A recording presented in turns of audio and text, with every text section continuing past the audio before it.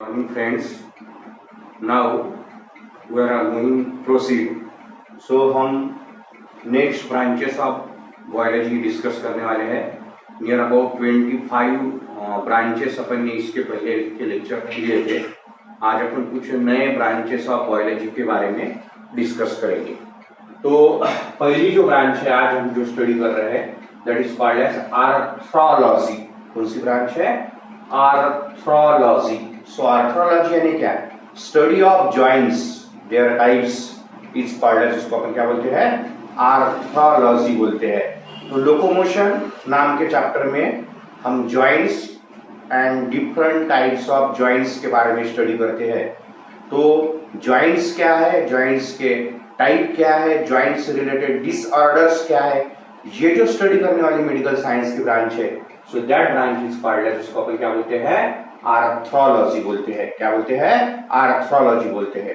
Now next branches है biology की, that is called as anthology. Next branches कौन सी है? एंथोलॉजी. सो एंथोलॉजी का मीनिंग होता है study of flowers. Study of flowers को अपन क्या बोलते हैं? एंथोलॉजी बोलते हैं. So what is flower? Flower क्या है? Flower a reproductive morphological part है. जैसा प्लांट को 6 मॉर्फोलॉजिकल पार्ट है: root, stem, leaf. Root, stem, leaf ये वेजिटेटिव मॉर्फोलॉजिकल पार्ट है. रूट, स्टेम, लीफ ये वेजिटेटिव मॉर्फोलॉजिकल पार्ट है.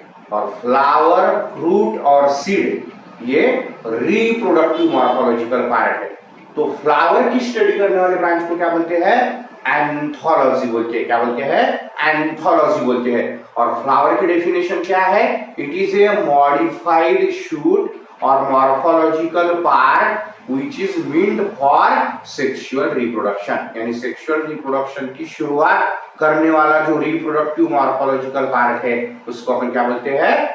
फ्लावर बोलते हैं. उसको अपन क्या बोलते हैं? फ्लावर बोलते हैं. और फ्लावर की जो स्टडी करने वाली ब्रांच है, so that branch is called as, इसको अपन क्या बोलते हैं? एंथोलॉजी. क्या बोलते हैं? एंथोलॉजी.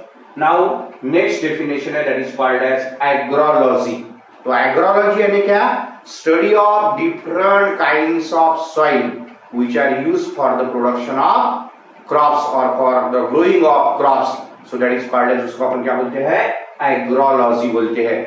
तो सॉइल इज कॉल्ड एज, उसको अपन बोले गए हैं, सॉइल को बोला गया है stomach of the plant. Soil को क्या बोला गया है? Stomach of the plant. यानी सॉइल ये जीवाणु को बढ़ाने में और वनस्पति को बढ़ाने में सॉइल का बहुत इंपॉर्टेंट रोल है.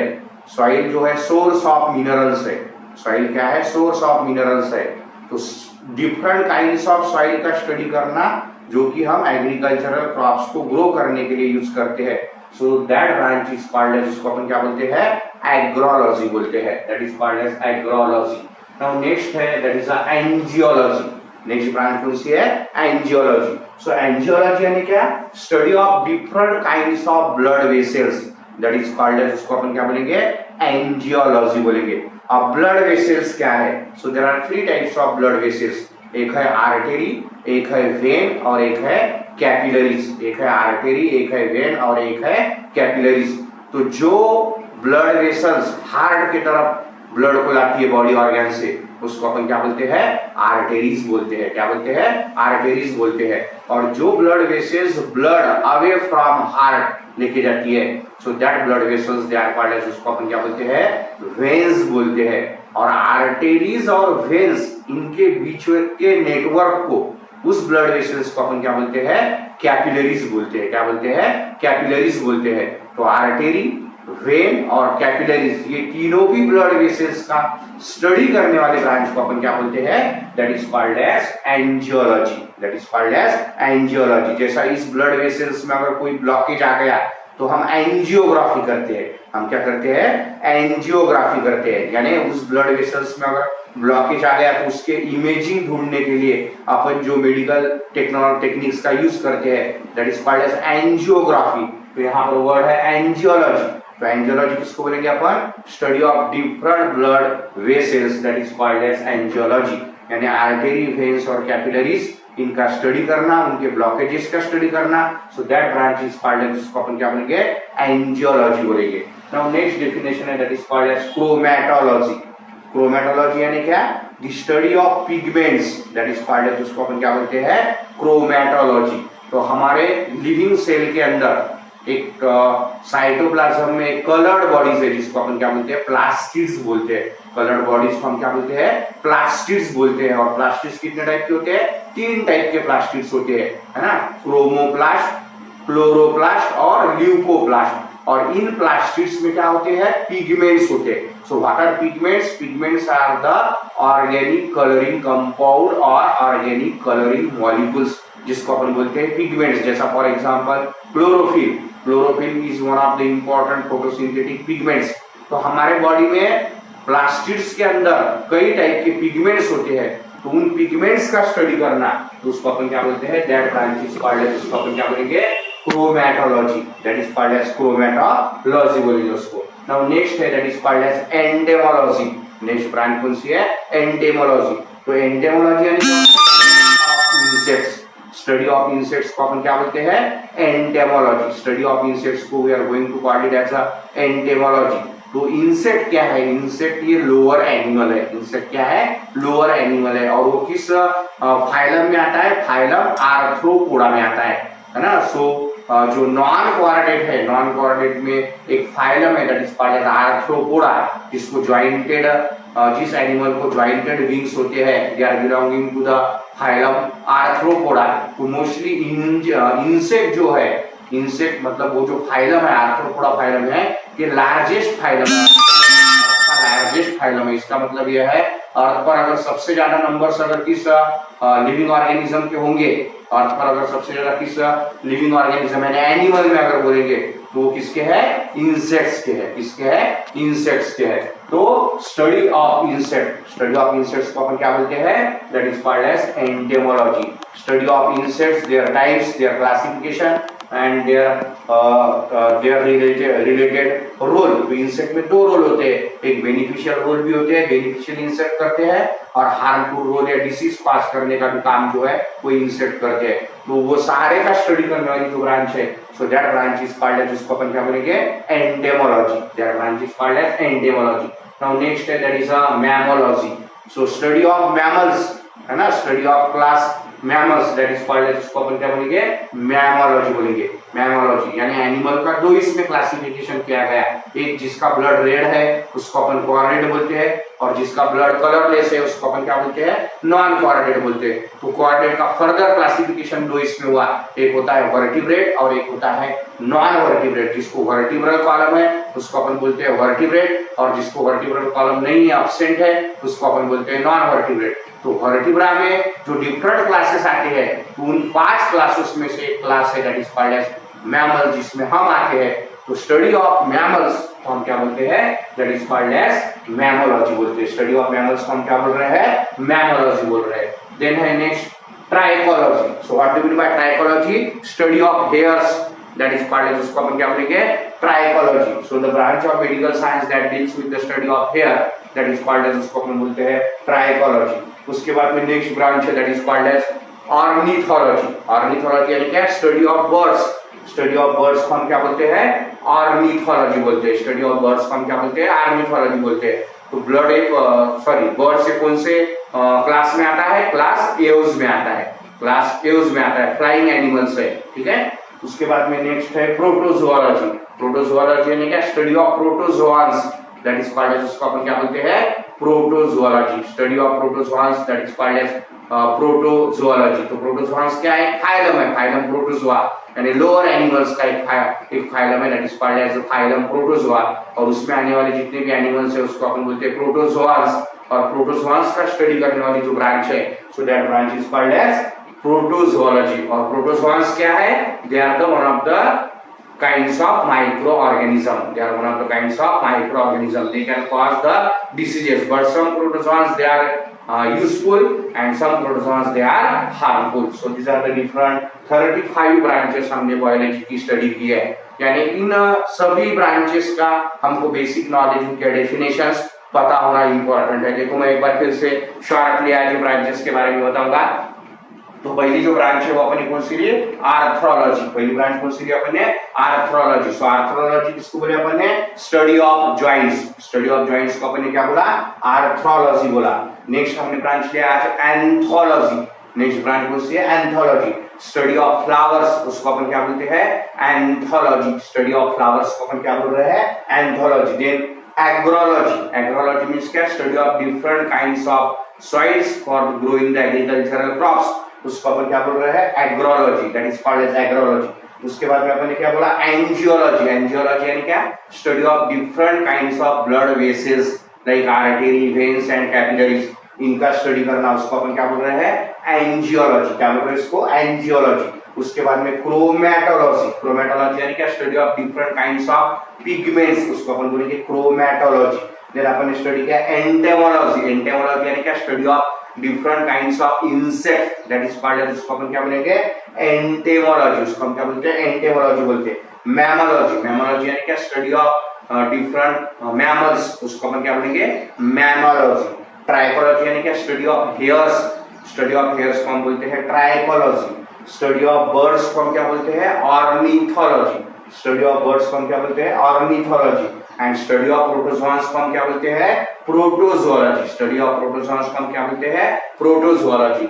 यानी ये सारे 35 जो ब्रांचेस अपन ने नोट्स में या हमने यहाँ पर पढ़ा है, इन ब्रांचेस के डेफिनेशंस हमको पता होना चाहिए। यानी 11th और 12th स्टैंडर्ड में हम जब भी बायोलॉजी पढ़ेंगे तो ये ब्रांचेस के बारे में हमको कहीं ना कहीं जो है रिलेशंस आएगा, इसलिए हमने सारे ब्रांचेस का स्टडी किया। तो पहले से हमने कौन कौन से ब्रांचेस स्टडी करे, मैं सीक्वेंशियली तो नहीं बताता हूँ लेकिन जनरली बता देता हूँ। सेल बायोलॉजी और साइटोलॉजी स्टडी किया, इकोलॉजी स्टडी किया, evolution, morphology, anatomy, physiology, microscopy, cardiology, neurology, है ना। उसके बाद में अपन ने स्टडी किया that is nephrology. Nephrology study किया। उसके बाद में हमने स्टडी किया दैट इज इवोल्यूशन, इकोलॉजी। उसके बाद में हमने स्टडी किया arthrology, anthology, agrology, angiology, chromatology, entomology, mammalogy, trichology, ornithology, protozoology. उसके बाद में biotechnology, bioinformatics, biochemistry, biophysics, biotechnology, molecular biology, genetic engineering, microbiology, ये सारे ब्रांचेस का जो है अपन ने नियर अबाउट 35 ब्रांचेस का यहाँ पर स्टडी किया। और इन ब्रांचेस के डेफिनेशंस हमको पता होनी चाहिए, उनके मीनिंग हमको पता होनी चाहिए, क्योंकि ये ब्रांचेस जो है ये ब्रांचेस बहुत ही मेजर रोल प्ले कर रहे हैं in the subject of biology. Biology के सब्जेक्ट में मेजर रोल प्ले कर रहे हैं। इसके बारे इसलिए इस टर्मिनोलॉजी के बारे में, उनके टर्मिनोलॉजी के मीनिंग्स हमको पता होने चाहिए। यानी कोई भी चीज हमको ये पाठ नहीं करना है। अभी तक हमने जो 10वीं तक पैटर्न यूज किया कि हम कोई भी चीज को क्या कर रहे हैं, सिर्फ पाठ कर रहे हैं, तो पाठ नहीं करना है, उसको अंडरस्टैंड करना है, उसको समझ लेना है। क्योंकि अगर हम समझ के अंडरस्टैंड कर अगर कोई भी चीज पढ़ाई कर रहे हैं तो हम कॉम्पिटिटिव एग्जाम के लिए तैयार हो रहे हैं। तो कॉम्पिटिटिव एग्जाम में कभी कभी इस पर भी सवाल पूछ लिया जाता है। The study of bird is called as, study of mammals is called as, study of flower is called as, study of joints is called as, study of internal organs of the body is called as, study of micro organism is called as, study of external form of an organism is called as, study of cell structure and function is called as। ऐसा कोई भी सवाल जो है वो competitive exam में पूछता है, लेकिन उस सवाल का आंसर देने के लिए हमारे बेसिक कंसेप्ट्स क्लियर हो रहने चाहिए। तो ये था हमारा आज का lecture. So thank you. So today's next topic is that is the units of measurement in biology. Units of measurement in biology. तो बायोलॉजी में हम मेजरमेंट लेने के लिए डिफरेंट फिजिक्स के यूनिट्स का यूज करते हैं। तो आज हम देखेंगे कि बायोलॉजी में हम डिफरेंट फिजिक्स के कौन कौन से यूनिट्स का यूज करते हैं और उसकी वैल्यू कैसी है, मीटर में उसको हमने देखेंगे। तो माइक्रोन, नैनोमीटर, एंगस्ट्रॉम, पिकोमीटर, फेम्टोमीटर और ऑटोमीटर, आप किसी में भी मेजरमेंट ले सकते हैं, लेकिन जनरली मोस्टली एंगस्ट्रॉम में जो है वो बायोलॉजी में मेजरमेंट का यूनिट लिया जाता है। तो हम देखेंगे कि ये मेजरमेंट के यूनिट में उसका अगर हम मीटर में कन्वर्ट करते हैं तो उसकी क्या वैल्यू आती है। सो पहला यूनिट्स ऑफ मेजरमेंट बायोलॉजी में यूज किया जाता है दैट इज अ माइक्रोन और माइक्रोमीटर। माइक्रोन या माइक्रोमीटर। तो माइक्रोन और माइक्रोमीटर को हम कैसा रिप्रेजेंट करते हैं, mu, mu means micron and mu m means micrometre. So 1 micron और 1 micrometre is equal to 10⁻⁻⁶ metre. ध्यान रखने का, 1 माइक्रोन और 1 micrometre is equal to 10⁻⁻⁶ metre, 10⁻⁻⁶ metre. अब दूसरा unit of measurement in biology है, that is a nanometre. That is कौन है, nanometre. So 1 nanometre is equal to, nanometre को कैसा रिप्रेजेंट कर रहे हैं अपन, nm। So nm stands for nanometre. 1 nanometre is equal to 10⁻⁹ metre, 10⁻⁹ metre. देखो हम ध्यान में कैसा रखेंगे, 10⁻⁻⁶ मीटर, 10⁻⁻⁹ मीटर, यानी 3 से यहाँ पर बढ़ गया है। ठीक है। तीसरा मेजरमेंट यूनिट है, that is angstrom. So angstrom को अपन कैसा रिप्रेजेंट करते हैं, ऐसा रिप्रेजेंट करते हैं, 1 angstrom is equal to 10⁻⁻⁻ metre, यानी यहाँ पर 6 था, यहाँ पर 9 था, यहाँ पर 10 आ गए। ठीक है, ध्यान रखने का है। 10⁻⁻⁶, 10⁻⁹, 10⁻⁻⁻ metre. Now next unit of measurement है, that is a picometre. 1 picometre is equal to 10⁻12 metre. 1 picometre is equal to 10⁻12 metre. तो ध्यान में कैसा रखेंगे अपन, 6, 9, 12, बीच में आ गया 10। ठीक है, यानी 3 से बढ़ा 6, 9, 12 और ये 1 से बढ़ा 9 से 10, 9 और 12 के बीच में आ गया 10। ठीक है। अब नेक्स्ट है unit of measurement 1 femtometre. Femtometre is equal to 10⁻⁻15 metre, यानी यहाँ पर भी 3 से बढ़ गए 10⁻⁻15 मीटर। और last unit of measurement in biology है, that is 1 attometre. 1 attometre is equal to अपन क्या बोलेंगे, 10⁻⁻18 मीटर, 10⁻⁻18 मीटर। यानी आपको याद कैसा रखेंगे आप, 10⁻⁻6, 10⁻⁻9, 10⁻⁻12, 10⁻⁻15, 10⁻⁻18। सिर्फ एंगस्ट्रॉम में बताएंगे तो 9 to 10, यानी 10⁻⁻10 metre. So these are the different units of physics के यूनिट है मेजरमेंट के, which are used in the field of biology. आप इसमें भी मेजरमेंट ले सकते, इसमें भी ले सकते, इसमें भी ले सकते, इसमें भी और इसमें भी।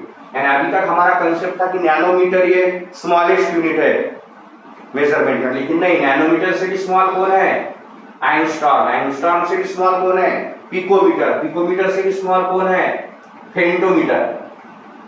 नैनोमीटर से बड़ा है एंगस्ट्रॉम, नैनोमीटर से फिर picometre, picometre to femtometre, femtometre to attometre. यानी स्मॉलेस्ट यूनिट कौन सा है, यूनिट्स मेजरमेंट का यूनिट कौन सा है, ऑटोमीटर।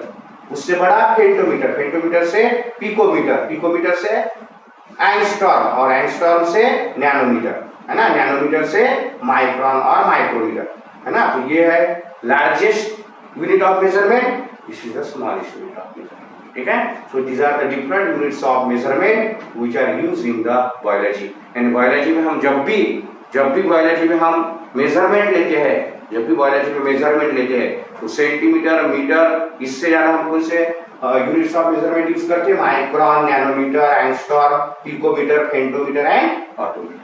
ठीक है। तो मैं समझता हूँ कि आपको ये वैल्यू ध्यान में रखना पड़ेगा, या आपको वैल्यू पता होनी चाहिए। ठीक है। Thank you.